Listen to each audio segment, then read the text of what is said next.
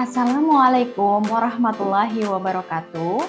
Perkenalkan, nama saya Septi Rianingsih dari SMK SMAK Bogor. Sekaligus, saya adalah mahasiswi PPG dalam jabatan tahun 2021 Angkatan 3 Bidang Studi Teknik Kimia. Pada kesempatan kali ini, saya akan mempraktikkan PPL saya yang kedua di sekolah saya. Untuk praktek yang kedua ini, saya akan laksanakan dengan metode daring. Selamat menyaksikan, enjoy the video. Assalamualaikum warahmatullahi wabarakatuh. Waalaikumsalam warahmatullahi wabarakatuh. Baik. Selamat pagi semuanya. Pagi, Bu. Pagi, Bu. Ya, oke. Gimana kabarnya hari ini? Nah, biar hari ini semangat, dengan cara menjawab pertanyaan kabar saya tadi lewat chat saja ya. Nah, biar ada aktivitas nih. Ketik nama panggilan, spasi, kata sifat, spasi kabar kalian hari ini. Nah, saya ketik tuh, Septi cantik semangat. Oke.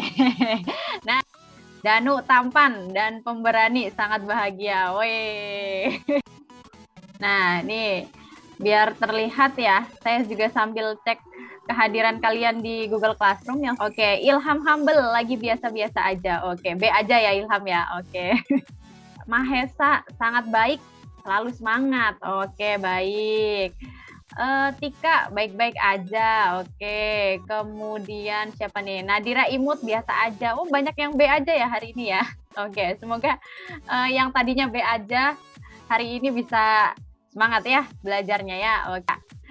Itu adalah hasil sapa kita pagi hari ini. Nah, terima kasih juga responnya di chat pagi ini. Sebelum kita mengawali pembelajaran pagi ini, mungkin alangkah baiknya kita awali dengan berdoa terlebih dahulu ya, biar pembelajaran hari ini berjalan dengan lancar.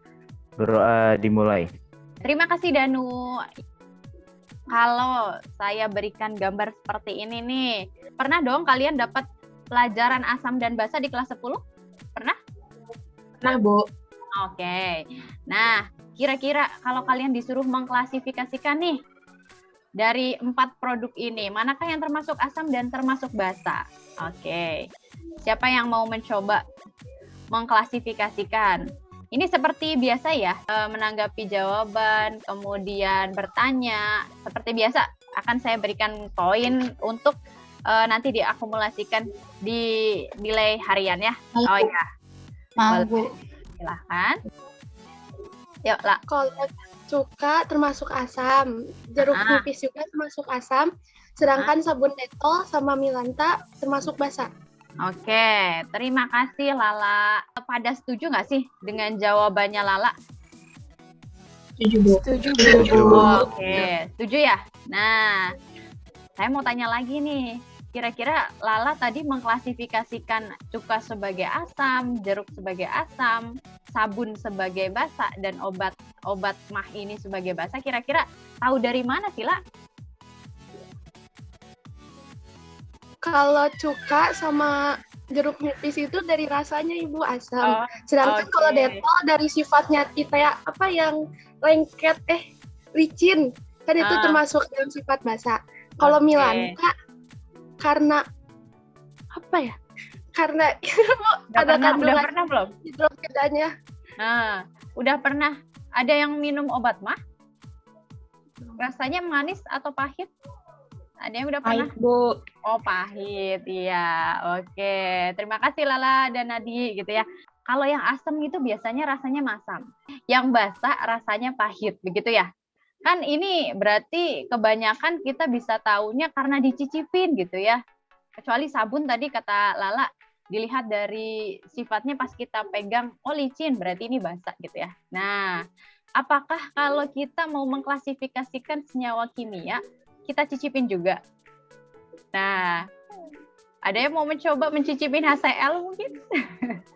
Atau H2SO4 atau NaOH gitu ya? Kan enggak ya? Nah, jadi kira-kira kalau zaman dulu nih, para ilmuwan mengklasifikasikan asam dan basa itu dari mana ya? Ada nggak teorinya tentang asam dan basa?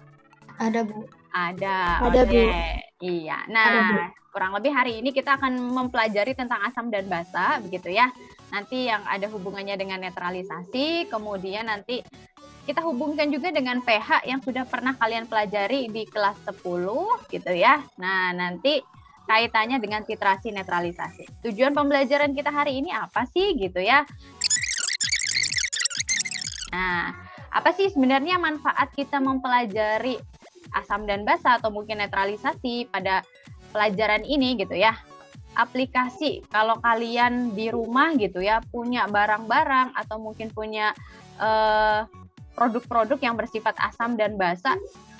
Kalau yang asam biasanya jangan deket-deket sama barang yang bersifat logam. Kenapa? Karena biasanya bisa korosif gitu ya. Kalau untuk aplikasinya, untuk netralisasi sendiri jangan dianggap remeh gitu ya. Karena ini adalah konvensional bukan berarti tidak dipakai di industri gitu ya. Nah, untuk titrasi sendiri masih banyak industri-industri atau mungkin jasa analisis yang masih menggunakan analisis konvensional seperti volumetri. Nah, si netralisasi ini merupakan analisis yang paling sederhana. Biasanya ini masih sering banyak digunakan kalau untuk menganalisis air. Berikutnya, kalau saya punya gambar seperti ini nih, kira-kira ada yang mau membuat pertanyaan nggak? Kira-kira apa Kenapa sih? harus dibuat kurva titrasi, Bu? Ibu, kenapa pH-nya nggak nyampe 14? Mengapa dimulainya dari 3? Bukan Oh, dari iya. 0. Kenapa pH-nya melonjak? Nah, berarti kurang lebih dari pertanyaan-pertanyaan ini begitu ya. Nanti kita coba rumuskan dan nanti kita akan diskusikan di dalam kelompok. Diskusi kita hari ini seperti minggu lalu begitu ya. Sudah saya masukkan ke dalam breakout room masing-masing. Sini kalian nanti akan berdiskusi sekitar 20 menit ya. Saya akan kasih bonus kalau ada kelompok yang paling cepat gitu ya. Nah, kemudian setelah selesai diskusi kita akan presentasikan. Langsung saja ya, saya open all room, jadi silahkan masuk ke roomnya masing-masing.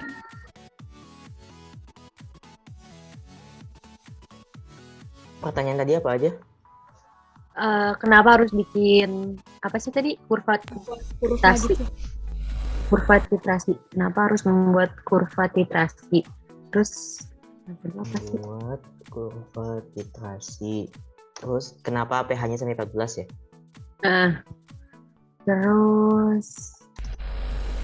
Terus mengapa kurvanya dimulai dari pH 3 bukan dari 0? Berarti itunya pH-nya min log 10 pangkat minus 3. pH-nya berarti 3. Jawabannya air. Air, guys. Oh, jawabannya Karena itu air. pelarut. Oh iya, pelarut. Oh iya. Dalam Pelarut. apakah ion-ion? Berarti gue nulisnya air ya?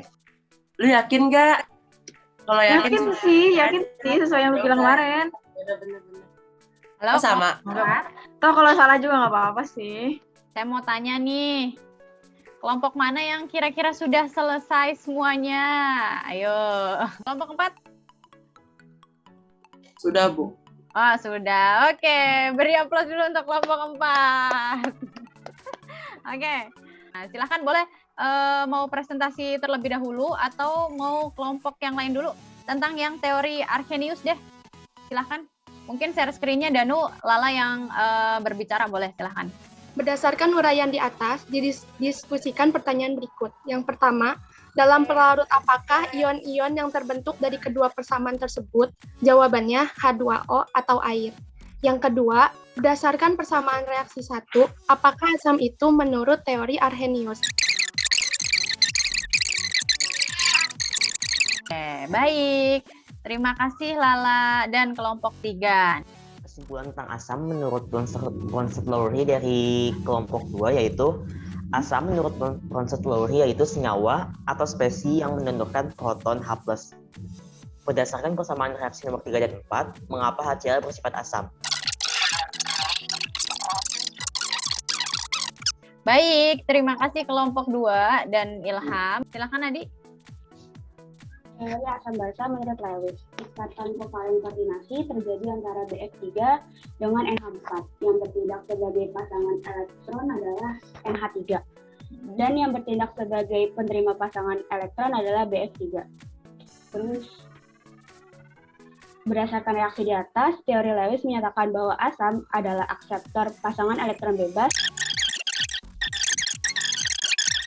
Oke, baik, terima kasih Nadi dan kelompok 1. Yang pertama itu pas awal penitaran itu dipakai rumus itu karena itu kan termasuk asam lemah, jadi pakai rumus itu hasil pH-nya dapat 3,00.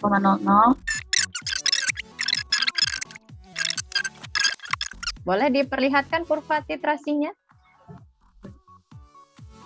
Ya. Oke, berarti itu sudah diplot semua yang ada di tabel ya, Dev ya? Iya Bu, udah Bu. Oh ya, baik. Terima kasih kelompok 4. Baik, terima kasih 4 kelompok semuanya. Begitu ya, saya akan bahas dari teori yang pertama. Begitu ya, sambil kita meluruskan jawaban dari teman-teman. Kalau ditanya dalam pelarut apakah bisa terbentuk ion-ion ini gitu ya. Nah, jadi kira-kira jawabannya apa nih? Air. H2O. Iya, dalam pelarut air gitu ya, atau H2O gitu ya. Kita hanya sekedar mereview saja, kalian masih ingat nggak sih teori-teori dari asam dan basa begitu ya, menurut Arrhenius, Bronsted-Lowry, maupun Lewis gitu ya. Nah, ternyata dari ketiga ini itu tidak saling bertentangan gitu ya, tapi malah saling melengkapi dan semakin luas. Nah, karena dalam netralisasi kita erat kaitannya dengan pH gitu ya. pH apa saja sih yang pasti nanti kita akan temukan di dalam netralisasi? Kalau ditanya apa sih kurva titrasi? Tadi kalian sudah melihat ya, tadi kelompok 4 tadi juga sudah memplot gitu ya. Kurva titrasi itu adalah sebuah kurva di mana kalian memplot gitu ya, atau menempatkan si sumbu X-nya adalah volume penitar, sedangkan sumbu Y-nya adalah pH atau konsentrasi. Kemudian ini saya contohkan ada kurva titrasi asam kuat dengan basa kuat. Nah, sebenarnya titik yang ada di sini ini disebutnya titik apa sih? Ada yang tahu? Ekuivalen. Iya, TE ya. Kenapa sih kita harus membuat kurva titrasi gitu ya? Nah, salah satunya kenapa kita harus membuat kurva titrasi untuk menentukan range indikator. Nah, karena di dalam netralisasi atau asam dan basa, indikator itu ditentukan berdasarkan pH saat TE. Nah, jadi contoh indikatornya nih, saya punya nih, trayek pH indikator. Kalau tadi yang pH 7, kira-kira kalian bisa tentukan indikator apa yang bisa digunakan? Coba dipilih. Bromothymol blue ya Bu. Oke, BTB nih, bromothymol blue. Kemudian apa lagi? Phenol red. Phenol red Bu. Phenol red Oke, phenol red. Oke, sudah? 2 saja? sama Masih ada di Bu, bawah nitrophenol. Oh, oke, nitrophenol ya. Ini untuk pH tadi 7 ya, sekitar TE 7. Oke. Kira-kira kesimpulan hari ini yang kita hasilkan apa sih? Dapat disimpulkan bahwa banyak ilmuwan yang mengemukakan teori asam basa, diantaranya Arrhenius, Bronsted-Lowry, dan Lewis yang definisinya saling melengkapi dan didapatkan perhitungan pH yang berbeda. Pada awal penitaran didapatkan pH 3, selama penitaran sebelum titik setara didapatkan pH sebesar 5, pada titik setara didapatkan pH 8,85, dan selama penitaran setelah titik setara didapatkan pH 12,30. Ya, oke. Terima kasih Fani atas kesimpulannya. Yang terakhir, oke, kita tentukan kelompok terbaik. Nah, kelompok terbaik pada diskusi kita hari ini jatuh pada kelompok, ya, jatuh pada kelompok 4. Oke, beri aplaus untuk kelompok 4. Ya, dilihat dari mana Bu? 1, dia paling cepat. Kemudian tadi juga saya lihat dari diskusi-diskusi di kelasnya, diskusinya aktif gitu ya. Jadi jangan cuma 1 atau 2 orang saja. Jadi untuk nanti mungkin yang berikutnya, jadi semuanya harus aktif ya. Nah, hadiahnya untuk kelompok kelompok 4 apa gitu ya. Hadiahnya adalah mari kita mengerjakan kuis. Oke. Hari ini alhamdulillah pembelajaran kita berjalan dengan lancar gitu ya. Presentasinya berjalan dengan lancar. Tadi juga ada ya, kita ada reward untuk kelompok tercepat gitu ya. Oke, rewardnya ya kita kuis bersama ya. Oke, nah mungkin nanti keaktifan di minggu berikutnya lebih ditingkatkan kembali gitu ya. Walaupun tadi juga saya udah lihat banyak sudah yang aktif mengungkapkan pendapat gitu ya, bertanya gitu ya. Tapi minggu berikutnya semoga lebih baik lagi. Oke. Ya. Nah, juara 3 Ilham, juara 2 Faisal, juara 1-nya Devi. Oke, beri aplaus untuk teman-teman kita. Kalau tidak ada, berarti untuk materi minggu depan kita masih melanjutkan untuk yang materi bab berikutnya, yaitu permangan atometri. Saya akhiri pembelajaran kita gitu ya. Terima kasih sudah bergabung dan join. Semoga ilmu yang saya sampaikan hari ini bermanfaat. Silakan Ilham, boleh dipimpin berdoa Ilham. Berdoa dipersilakan. Oke, terima kasih. Sampai bertemu lagi minggu depan. Assalamualaikum warahmatullahi wabarakatuh. Sampai bertemu berikutnya. Terima kasih. Assalamualaikum warahmatullahi wabarakatuh. Terima kasih, Bu.